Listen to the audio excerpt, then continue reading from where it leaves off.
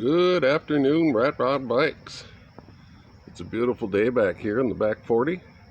We have temps around 79 degrees and I'm just chilling on the back deck here, gazing at the old Shelby bike build for Bo 16 by Odd Job. Well, this was quite a challenge and a lot of fun. Did a lot of things I haven't done before as far as customizing and such. The most customized part, of course, being the fiberglass chain guard that I did off of wood buck and released that and then added Bondo and all the customization of the ratification process.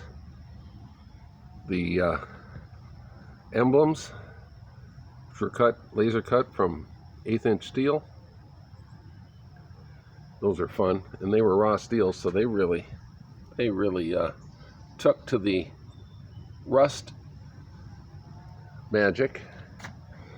I've never stretched a handlebar before, and these originally came to right about here, and so I added a sleeve and another bar and got the extra length, and that really helps in the ride. Ride's great.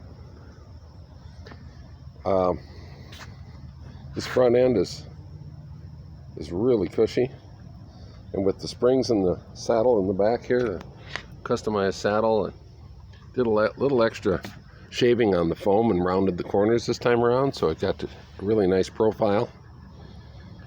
Added a little beef to the springs because they were old and weak, kind of like me. Anyway, that's a little walk around of the 53 Bel Airflow. Now, we had a little discussion earlier in the week or last week about a question was asked, and so I decided that I had to try to prove that. These are wheels from a Schwinn Jaguar steel framed cruiser bike 1x7.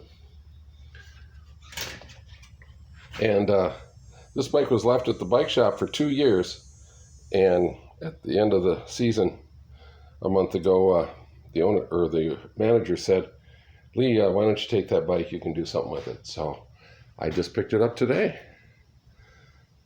The Schwinn Jaguar. It's steel frame, not aluminum, and I don't know how old it is. It's 20 years old, I bet, 20 plus, early 2000s. Threaded 1-inch, unfortunately, headset, so a little limited on my fork options. But the question was, could we fit a 27.5 mountain bike wheel and tire into the frame? And the answer is, yes, we can. Yes, we can. Not only a 27.5, but a 35 millimeter wide rim with a Schwalbe knobby neck 2.35 tire mounted on it, and we got room to spare. Well, at least in my ethereal calculations of what I think is room to spare, which amounts to about 1/8 to 3/32 of an inch.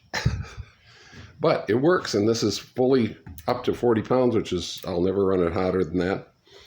I switched out the cassette. This is an 8-speed. It's a 7-speed shifter, but the long Acera Shimano long cage derailleur works perfect. I could even go bigger on the cogs if I want to at some point, but I'll probably swap this out, the crank, for a smaller chainring in front. This is going to be an off-road cruiser, guys. And I've got very little money into this, of course, with the old bike shop discount. So, of course, the saddle and the seat post will be changed out, and the bars, and possibly the stem. And anyway, just hauled it home a few minutes ago. Thought I'd give you the first peek at it. Chain even lines up great. And I will convert this. I will not be using rim brakes, obviously. And I will convert it with one of those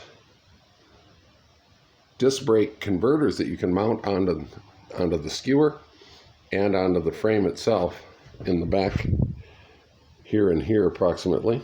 And then you just mount your caliper on that and you run your disc brake. So, be a fun little project for the next few days here. Other than that, I'm just taking it easy here in the back 40. Hope you're having a good one wherever you are. This is Odd Job, over and out.